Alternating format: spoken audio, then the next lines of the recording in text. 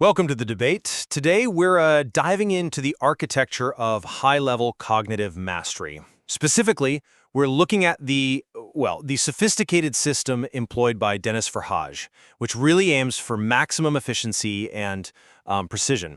We're examining a system designed to intentionally target automaticity to minimize energy use, what Verhaeghe calls his core principle. Low effort is efficiency. Right. And the essential question we need to tackle, I think, is where the fundamental scientific validation for these highly disciplined strategies actually comes from. Is the primary validation derived from, let's say, the measurable bottom-up neurological mechanisms that drive automaticity, the basal ganglia and the conditional routing model, the BGCRM system? Or is it found more in the kind of comprehensive, top-down self-regulatory framework offered by psychocybernetics? And I'll be arguing that the explicit alignment of Verhaeghe's practices with the mechanics of reinforcement learning and procedural automaticity, that's the BGCRM, provides the most robust, scientifically grounded validation. His methods are fundamentally applied neurological engineering. Whereas all maintain that the drive toward this disciplined self-mastery, it's most fundamentally validated by the comprehensive control framework offered by psychocybernetics, because this framework integrates the internal self-image, the emotional state, and external behavior into, well, a unified goal-directed system that governs how you even deploy any learned skill in the first place. Okay, so from my perspective then, Verhaeghe's system finds its scientific basis as an engineered application of fundamental procedural learning. The evidence really comes from the function of the basal ganglia, the BG. These are the pivotal structures, as we know, for action selection and reinforcement learning, or RL. They serve as the neurological substrate for procedural memory and habit formation. And the ultimate goal of this whole function is automaticity, performing skills without needing, constant central cognitive control. This pursuit of automaticity, this low effort is efficiency, is the measurable mandate of the BG system itself. But the BG is just the physical hardware, isn't it? I would argue that the comprehensive alignment of Verhaeghe's methodology with the principles of psychocybernetics, or PC, provides the essential intentional framework. That's what's necessary for self-mastery and functional control. PC posits that the self-image acts as a stable mental blueprint. It ensures that all subsequent actions, feelings, abilities, they remain consistent with that internal image. If you don't have the blueprint, the hardware doesn't really know what to build, does it? Okay, but to focus on the mechanism for a moment, the conditional routing model, the CRM, explains how the BG achieves this efficiency. Repeated execution encodes the signal in the BG circuit, and this is mediated crucially by the strategic release of dopamine. Now, this dopamine acts not just as a simple reward, but specifically as the reward prediction error signal in RL. It signals the difference between what was predicted and what actually happened. This biological process drives synaptic plasticity and, critically, allows the system to eliminate those intermediate energy-consuming processing steps. This physical streamlining is the objective validation. Verhaeghe's practices seem designed to function exactly as sophisticated procedural skills, subject to this precise BG-CRM mechanism. That analysis accounts beautifully for the execution phase, I'll grant you that, but it seems to entirely miss the required intentionality behind it. The subconscious mind, according to PC, operates as this powerful, goal-striving servo mechanism. But the servo mechanism is, it's useless unless the conscious mind feeds it a clear, precise objective. Verhaeghe's principle, low effort is efficiency, serves as exactly that clear-cut target objective. And furthermore, his rigorous use of mnemonic devices, these Azelsbrügges and embodied techniques, they align perfectly with PC techniques like visualization and mental rehearsal. These are founded on the principle that the nervous system fundamentally cannot tell the difference between an imagined experience and a real one. So this cybernetic framework explains that crucial capacity to manage internal alignment, which then controls external responses like managing affect and how it links to credibility, or even susceptibility to influence. Right, this distinction between execution and intent. It brings us to the core issue, doesn't it?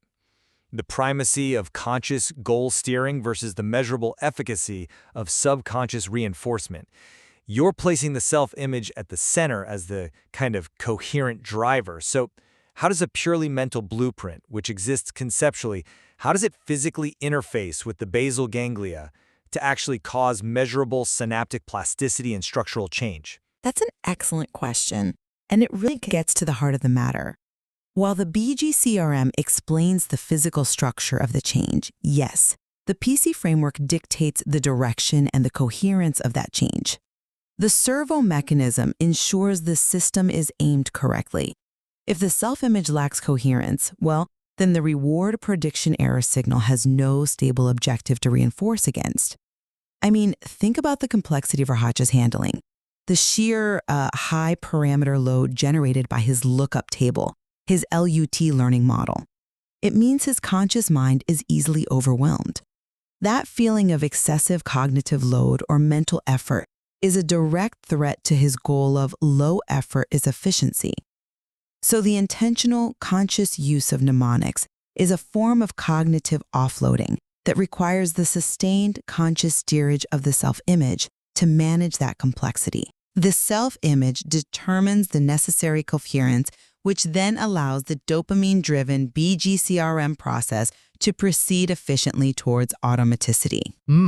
I suppose I'd argue that the very state of managing that high parameter load and achieving cognitive offloading is the success of the BGCRM. The mechanical efficiency comes precisely from suppressing those predictable neurological spikes in attention. The physical elimination of intermediate processing steps, the literal automation of a complex sequence, that's the core validation. The BG ensures the machine runs smoothly, almost regardless of the existential reasons the user put the commands in. But what is the smooth machine for? That definition seems to reduce the human element to just an execution phase. Let's consider the higher-level application. The source material draws this really powerful parallel between Verhage and the artist Nico Pirosmani. Both share this struggle, right? Reconciling intense internal complexity with the external chaos of their environments. Their ultimate solution seems to be rigorous discipline aimed not just at automaticity, but at achieving cognitive flexibility, CF, that high-level mental ability to adjust activity, switch task rules, overcome ingrained habits. Cognitive flexibility. Exactly, and CF is a function involving the prefrontal cortex, the anterior cingulate cortex, ACC, the posterior parietal cortex, PPC. It's a complex control network, not just the procedural BG.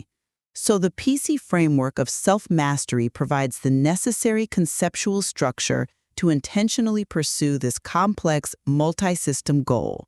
How can the BG-CRM alone validate the intentional desire to achieve Pirosmani's shining harmonious order against external chaos? That goal seems rooted in deep psychological needs, not just efficiency. Okay, I see the connection you're making, though I would frame that relationship differently. CF might be the ultimate high-level goal, sure, but the ability to execute Pirosmani's artistic precision or Verhage's cognitive strategies absolutely requires the underlying processes to be automatic first. Pirosmani's famed art of unlearning, his disciplined rejection of academic constraint, it's not just an adjustment of a mental blueprint. It's a rigorous method that builds new, automatically executed action patterns in the brain, patterns free from that academic interference. And these action patterns are precisely the reinforced procedures modeled by the BGCRM. Automation isn't merely a means, it's the prerequisite foundation. It frees up those scarce cognitive resources in the prefrontal cortex that are necessary for high-level CF. If the fundamental tasks aren't automated, the CF networks are just constantly bogged down monitoring basic execution. That's an insightful connection, I admit, but I would counter that the art of unlearning is fundamentally initiated by a self-image adjustment. It's changing the mental blueprint to permit a different, more authentic type of creative action. That's a necessary shift, and it's driven by the servo mechanism's goal-striving nature. The BG is, in that sense, merely the tool executing the new design brief. Let's maybe pivot to the biological evidence that supports those practices, embodied cognition. The sources do confirm the biological validity of embodied practices. Research shows that intentionally altering body perception can actually unlock autobiographical memories because the brain encodes bodily information as an integral part of an event. So, Verhage's embodied practices, whether it's karaoke for accent work or his other neuromodulatory exercises, they are functional, scientifically supported tools for encoding complex ideas in memory. They seem validated by this corporeal link to memory retrieval and the proceduralization targeted by the BGCRM. This mechanism proves the sort of bottom-up efficacy of the practice itself. I'm still not quite convinced by that line of reasoning because the PC framework, I think, better explains the why of that practice and its immense strategic power.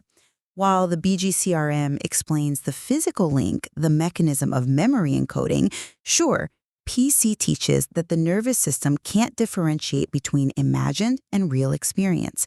Therefore, Verhage's embodied techniques are so powerful because they are intentionally reinforced strategies, a form of mental rehearsal, really, designed to steer the servo mechanism toward a desired output, like coherence and precision.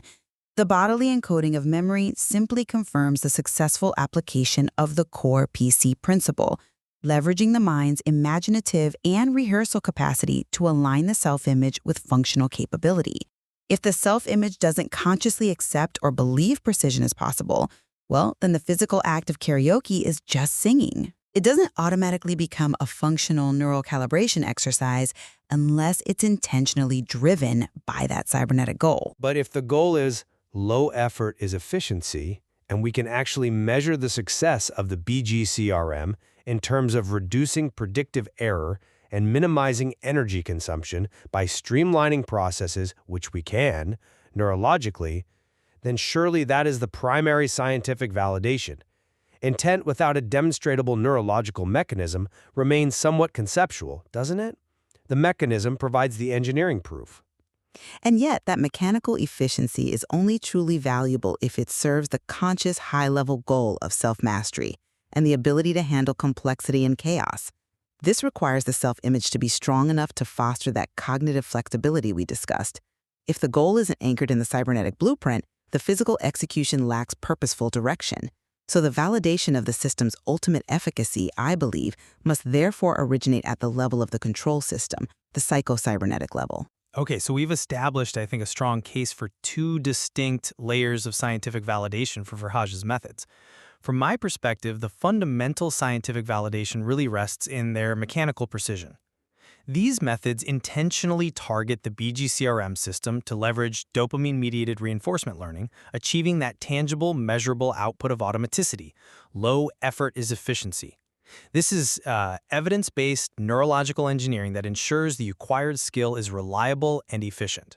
Conversely, the value of psycho-cybernetics is its ability to provide the holistic self-mastery framework.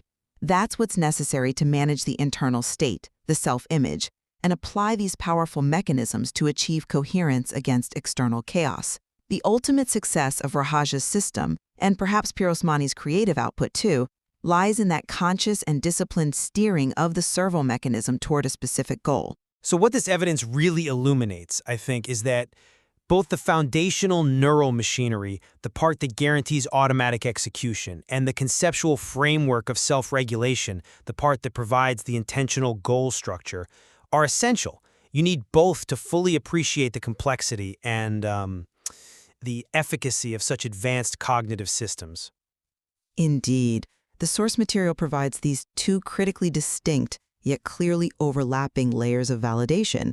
We see the mechanics of how skills are acquired, and we also see the framework for why those skills are utilized in this broader pursuit of self-mastery. And this exploration reminds us, I think, that purely mechanical efficiency is perhaps rather meaningless without a governing, consciously directed self-image guiding it.